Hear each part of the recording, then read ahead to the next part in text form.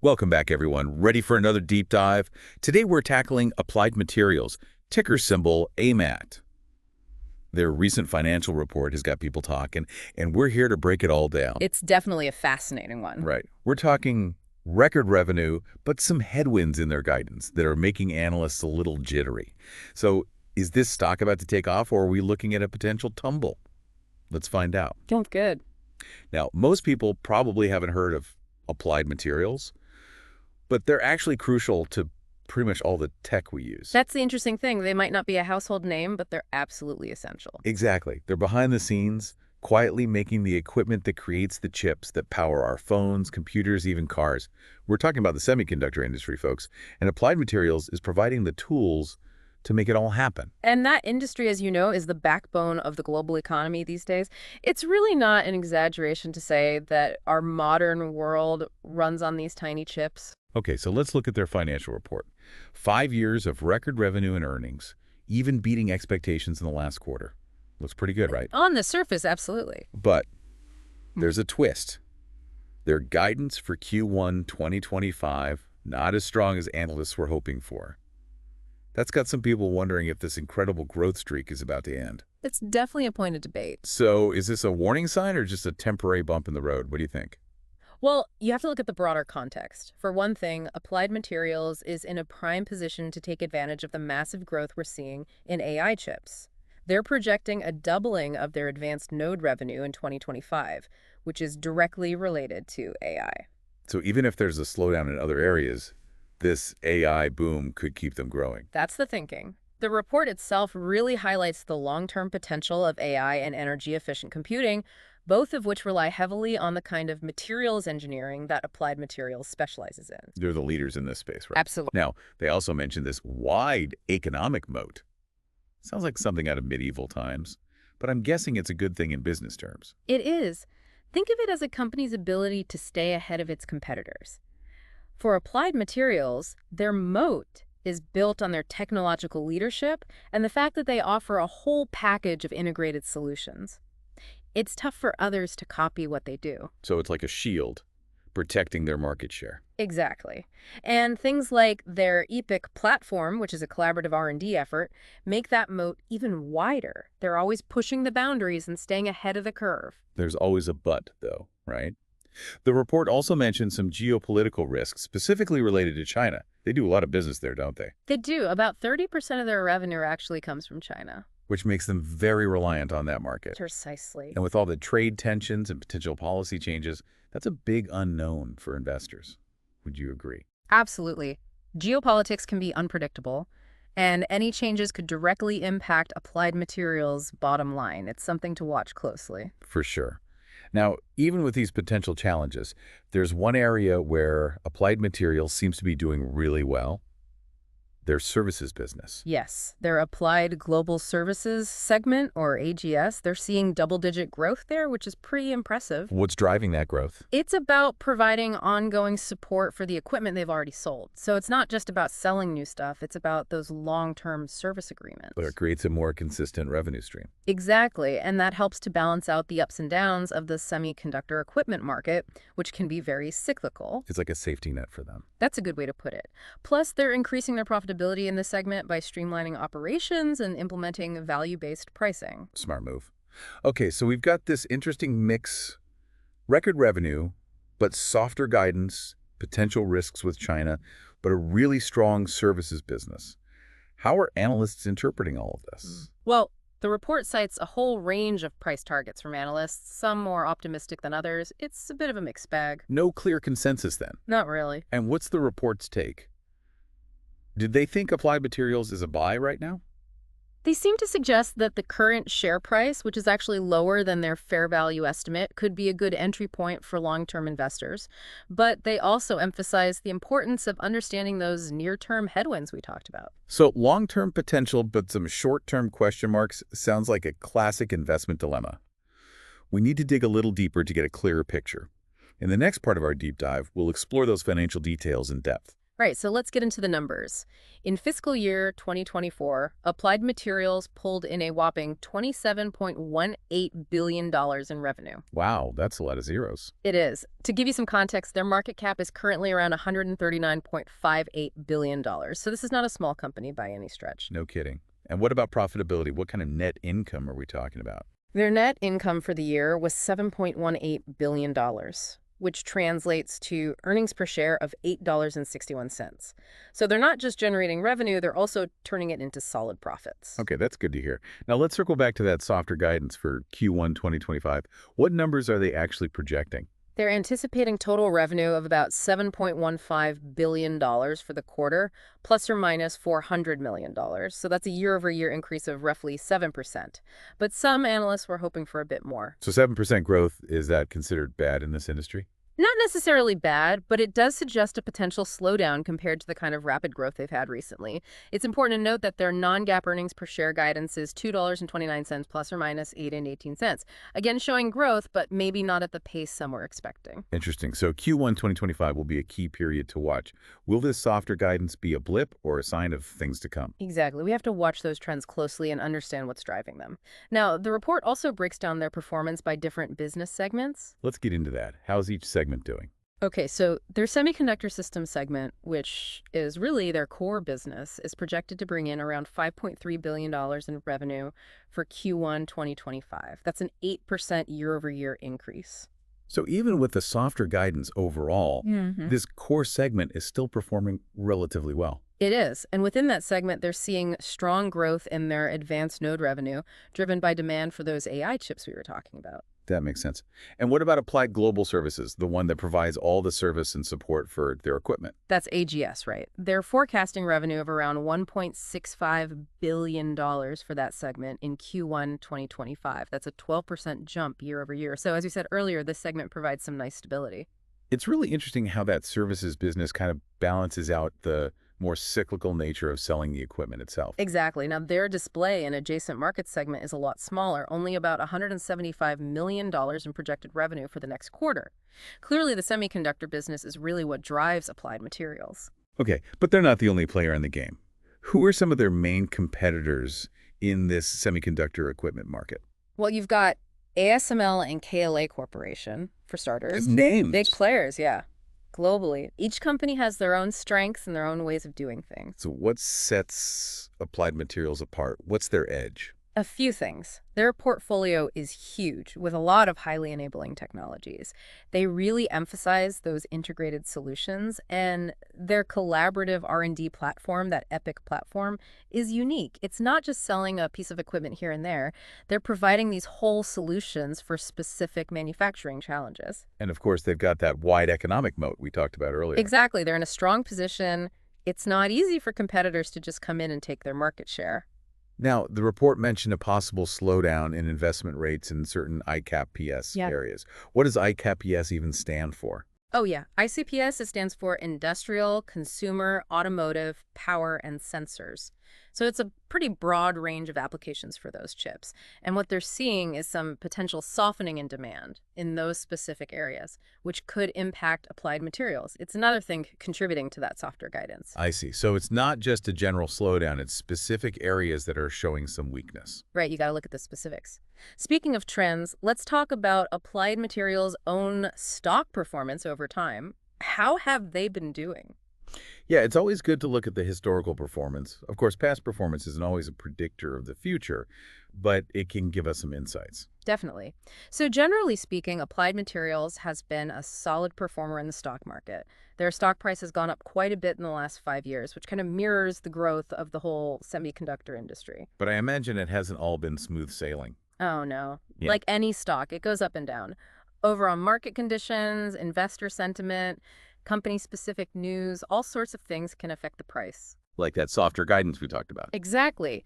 That did cause some analysts to lower their price targets for Applied Materials. Speaking of price targets, what are analysts predicting for the future of Applied Materials stock? Well, the average price target from analysts, at least according to the report, is $236.62. But that's over the next 12 months, and there's a pretty big range of opinions out there. A broad range, huh? Sounds like there's a lot of uncertainty. There is. Some analysts think the stock has a lot of upside potential, while others are more cautious. They point to things like the slowdown in those ICPS areas and the whole geopolitical situation with China. So it's not all sunshine and roses or doom and gloom. Nope. And that's often the case with stocks, rarely simple. It's important to look at the whole spectrum of opinions. Now, there's also something called a fair value estimate that the report mentions. Right. What does that mean exactly, and how does it compare to the current share price? So the fair value estimate is basically an analyst's best guess at what they think the company is truly worth. They base it on all sorts of things: the financials, their competitive position, growth potential, the whole picture. In this case, the report puts the fair value of Applied Materials at $197.30. Interesting. And how does that line up with where the stock is currently trading? Right now, it's at $169.31, so it's actually trading below that fair value estimate. So you'd say it's undervalued. You could, but keep in mind these fair value estimates are just one piece of information, not a magic crystal ball or anything. Other investors might come to a different conclusion about the fair value. Sure, it's all about doing your own research and due diligence before making any investment decisions. Absolutely. And if you're ever unsure, it's a good idea to talk to a financial advisor, especially if you're new to investing or have specific questions about your own situation. Now, we've talked a lot about the numbers in the market, but it's good to remember the people behind Applied Materials, too. Who are the key players leading this company? Yeah, leadership can make a big difference, so tell us about the team. So the CEO is Gary E. Dickerson. He's been at the helm since 2013. He's well respected in the industry, and he's been credited with steering the company through this period of huge growth and a lot of innovation. And what about the financial side of things? Who's the money person? Their CFO, the Chief Financial Officer, is Bryce A. Hill. He's the Senior Vice President, too. It's always interesting to see the background of these executives. A strong leadership team can really make or break a company. Oh, yeah, for sure. The decisions they make, their vision, their experience, all of it has a big impact on the direction of the company and how well it performs. Speaking of interesting information, the report also has a section about recent insider trades. Insider trades always feel a bit mysterious. What can we learn from that information? Well, they can offer some clues about how people with inside knowledge view the company, but you got to take it with a grain of salt. There are lots of reasons why insiders buy or sell shares. It's not always about how they feel about the company overall. So it's just one piece of the puzzle, not something to base your entire investment decision on. Right. Don't go making any rash decisions based on insider trading activity. Always do your research and consider everything else too. Speaking of research, this financial report is full of information. It's kind of amazing how much detail they give you. I know, it's pretty comprehensive. It's designed to give investors a real deep dive into the company's financials and performance so they can make informed choices. Exactly. So with that in mind, let's look at some more of these financial details. They have a whole section dedicated to key figures. What should we focus on? All right, lay it on me. Okay, so one of the most important numbers is operating cash flow. That tells you how much cash the company is generating from its core operations. For the last fiscal year, their operating cash flow was $7.66 billion. That sounds pretty good. A strong operating cash flow is usually a good sign that a company is running efficiently and making money. Exactly. Another key figure is free cash flow. That's the cash left over after they've taken care of their capital expenditures, like buying new equipment or investing in facilities. Their free cash flow for the year was $6.57 billion. So even after investing in growth, they still have a good chunk of change left over. Right. A healthy free cash flow gives them the flexibility to do things like invest more, pay dividends, reduce debt, maybe even buy back some of their own shares.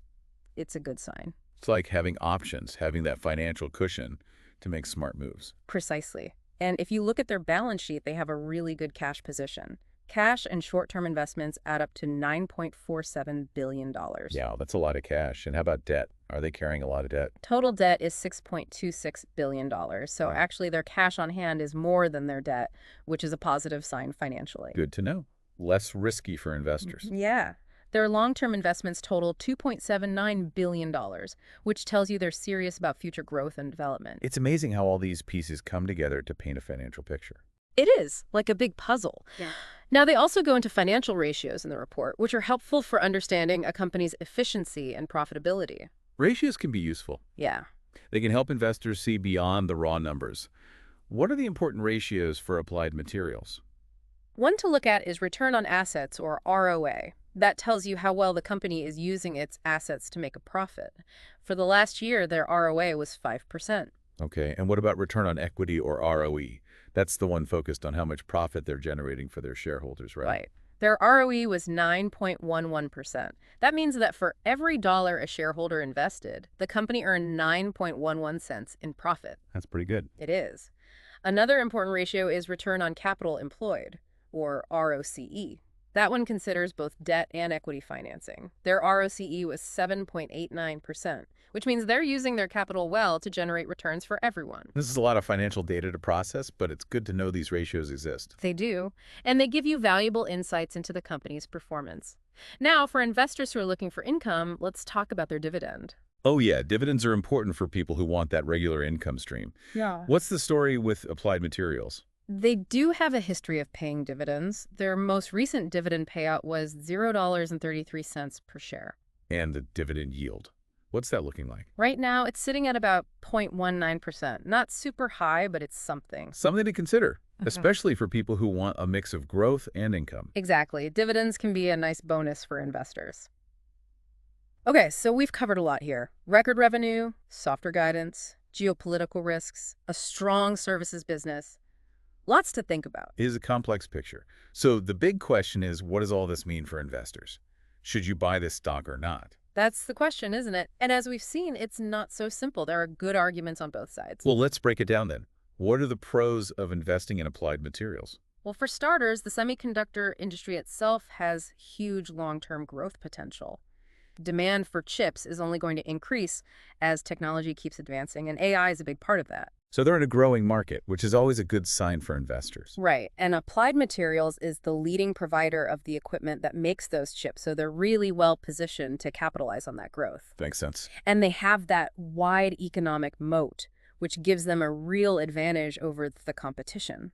Their technology, their integrated solutions, their commitment to innovation all contribute to that. Plus, their services business, AGS, seems to be doing really well, providing that stable revenue stream to balance out the ups and downs of the market. Definitely. That recurring revenue from those long-term service agreements is a big plus. So it sounds like there's a lot to like about Applied Materials from an investor standpoint. There is. Their financials are solid too.